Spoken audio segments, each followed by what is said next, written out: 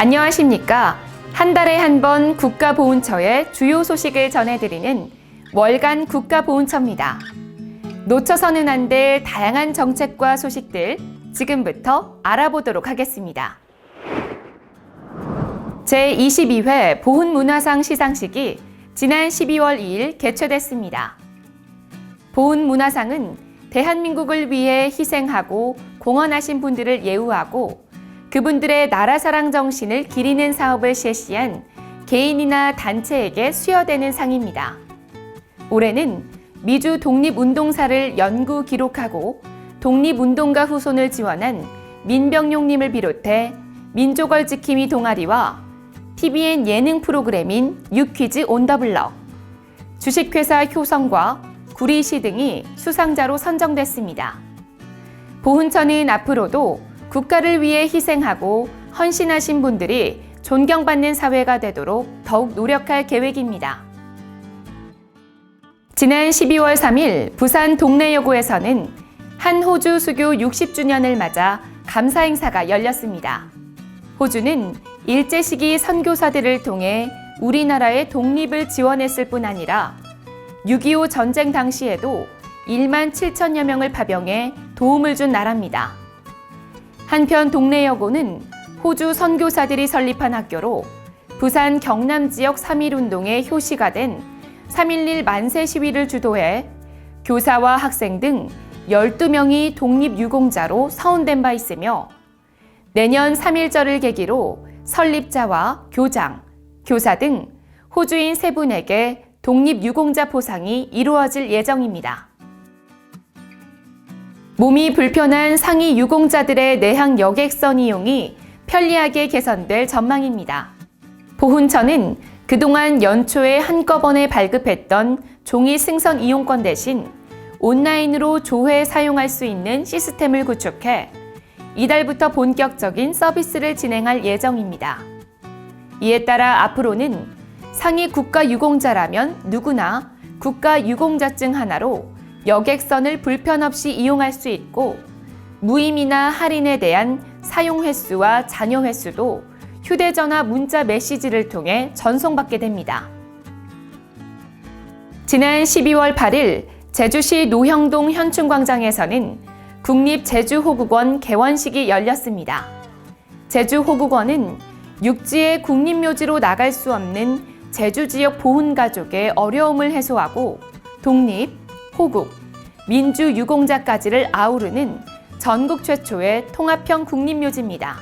봉안묘와 봉안당, 1만기 규모의 제주호국원은 기존의 제주시 충원묘지를 포함해 9개의 묘역으로 구분되어 있으며 봉안시설과 함께 현충탑과 현충관, 안내동과 관리동도 조성되어 있습니다. 보훈처는 오는 2025년까지 국립묘지의 안장 능력을 26만 기까지 확대하는 한편 전국에 산재해 있는 독립유공자, 국가유공자 합동묘역에 대해서도 순차적으로 국가관리묘역으로 지정관리하는 등 마지막까지 품격 있는 예우를 위해 노력하고 있습니다.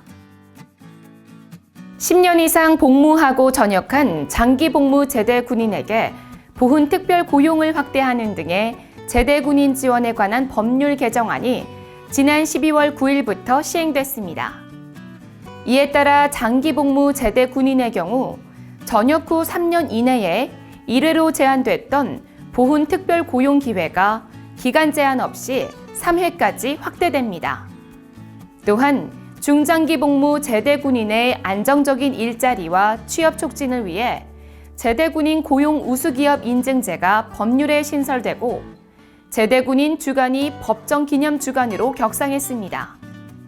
국가보훈처는 앞으로 단기 및 의무 복무 제대 군인들을 위한 정책 마련 등 제도 개선도 지속적으로 추진해갈 계획입니다. 대한민국 임시정부 대일선전포고 제80주년 기념식이 지난 12월 10일 백범 김구 기념관에서 열렸습니다. 대한민국 임시정부는 1941년 12월 10일 김구 주석과 조수왕 외무부장의 명의로 대일선전 성명서를 발표해 우리 민족의 자주 독립의지를 세계 만방에 천명했고 한국광복군은 연합국의 일원으로 참전해 국제적인 활동을 전개했습니다. 이날 기념식은 외부 인사 초청을 최소화한 가운데 진행됐으며 이후 한국광복군 창군과 대일 선전포고 배경에 대한 학술 강연도 진행했습니다. 지난 12월 13일 조국의 독립을 위해 헌신한 장병하 애국지사가 향년 93세로 작고했습니다. 장병하 애국지사는 1944년 10월 안동 농림학교 학생을 중심으로 조직된 비밀결사 대한독립회복연구단에 가입해 활동하다 체포되어 5개월간의 옥고를 치르다 광복을 맞아 기소유예로 추록됐으며 1999년 대통령 표창을 수여했습니다. 장병하 지사가 작고함에 따라 생존 애국지사는 15분만 남게 되었습니다. 전사나 순직 결정을 통보받지 못한 군인 2,048명의 유가족을 찾기 위한 특별조사단이 설치됩니다.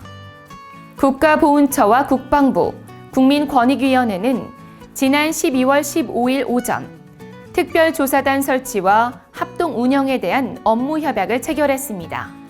군은 지난 1996년부터 직권 재심의를 실시해 9,756명의 사망 구분을 전사, 순직으로 변경하고 유가족 찾기를 통해 7,000여 명 이상의 전사, 순직을 통보했습니다. 하지만 주소가 확인되지 않는 등의 이유로 2,048명의 유가족을 찾지 못하고 있었고 이로 인해 지연 통보에 대한 고충 민원이 지속 제기되었습니다. 보훈처는 특별조사단 활동에 적극 협력할 뿐 아니라 향후 유족이 확인된 분들에 대해서는 등록 심사를 신속하게 진행해 국가유공자 유족에 대한 예우와 지원이 하루빨리 제공될 수 있도록 노력할 것입니다. 지난 12월 19일 효창공원에서는 윤봉길 의사 순국 제89주기 추모식이 열렸습니다. 윤봉길 의사의 정신을 계승 발전시키기 위해 기념식과 공모전, 기념음악회 등을 매년 개최하고 있는 기념사업회는 순국 90주기인 내년에는 더욱 다양하고 의미 있는 행사를 기획해 많은 국민들이 함께 기억하고 계승할 수 있도록 노력하겠다고 밝혔습니다. 지난 11월 재방한 중 지병 악화로 입원 중이던 콜롬비아 참전용사가 치료를 마치고 본국으로 귀국했습니다.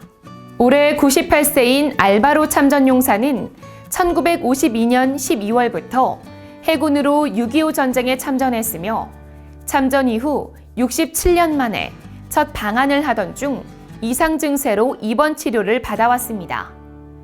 참전용사와 함께 한국을 떠나는 아들은 예상치 못한 건강 악화로 입원하게 되었지만 한국 정부와 보훈처의 정성스러운 치료와 돌봄 덕분에 귀국하게 된 것에 대해 감사 인사를 전했습니다. 보훈처는 앞으로도 유엔 참전용사를 기억하는 다양한 국제 보훈 사업을 지속적으로 추진할 계획입니다.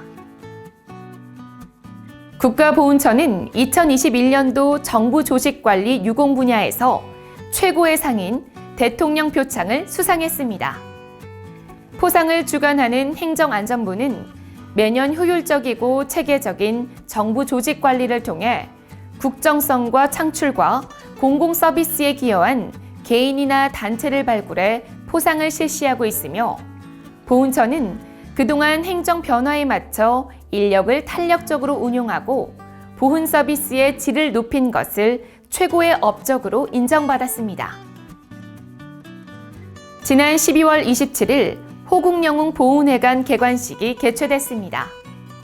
새로 문을 연 호국영웅 보훈회관은 서울시 강동구 천중로에 위치해 있으며 6.25 참전 유공자회와 특수임무유공자회가 입주해 보훈단체의 화합과 회원들의 유대를 강화하는 상부상조의 장이 될 것으로 기대되고 있습니다.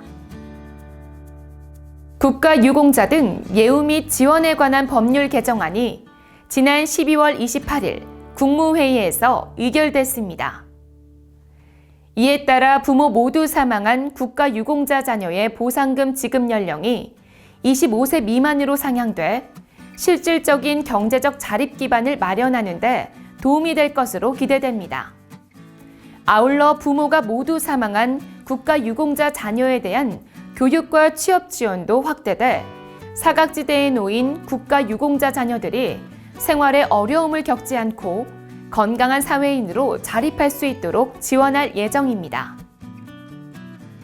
국가유공자들이 생전에 국립묘지 안장 여부를 확인할 수 있는 생전 안장 심의제 신청 연령이 75세 이상으로 확대됩니다. 생전 안장 심의제는 안장 대상자 본인이 국립묘지 안장 신청 시스템 누리집이나 지방보훈관서, 안장을 희망하는 국립묘지를 방문해 신청할 수 있으며 신청 이후 안장 심의가 필요하지 않은 경우에는 바로 대상 여부가 안내되고 금고 이상의 형을 선고받거나 병적 기록에 이상이 있는 경우에는 안장대상 심의위원회에서 안장대상 여부 심의가 진행되게 됩니다. 이번 신청 연령 확대를 통해서는 약 9만여 명이 추가로 국립묘지 안장대상 여부를 확인할 수 있게 될 것으로 예상됩니다. 지난 12월 29일 국가보훈처는 국가를 위한 헌신에 대한 책임과 예우 강화를 주제로 2022년 업무 계획을 발표했습니다.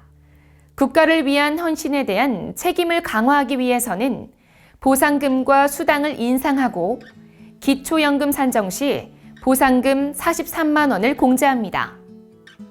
위탁병원은 120개소를 추가 지정하고 4분기부터는 위탁병원 약제비도 감면 지원합니다. 또한 국가유공자를 더욱 예우하기 위해서는 국립묘지 안장 능력을 확충하고 일상 속 보훈문화 조성을 위해서는 대한민국 임시정부 기념관을 개관하고 국가유공자 명패 달아드리기 사업 등을 추진합니다.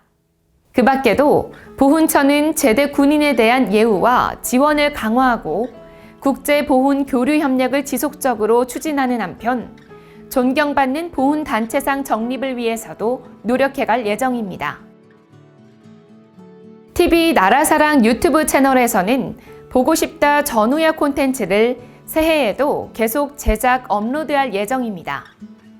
보고 싶다 전우야는 참전 용사들의 전쟁 경험담과 함께 찾고 싶은 전우에 대한 사연을 영상을 통해 소개하는 콘텐츠인데요. 영상 제작에 참여를 원하거나 사연에 소개된 전우에 대해 알고 계신 경우에는 국가보훈처 대변인실 044-202-5092로 전화 주시거나 자막에 안내되는 이메일로 연락 주시기 바랍니다. 전우찾기 프로젝트 보고 싶다 전우야에 보훈가족 여러분의 많은 관심과 참여를 부탁드립니다. 국가보훈처의 다양한 소식을 한데 모아 전해드리는 월간 국가보훈처. 지금까지 2022년 1월호 함께 하셨는데요. 구독과 알림 설정으로 더 편리하게 시청하시기 바랍니다. 이번 달 준비한 소식은 여기까지입니다. 보훈가족 여러분, 새해 복 많이 받으십시오. 고맙습니다.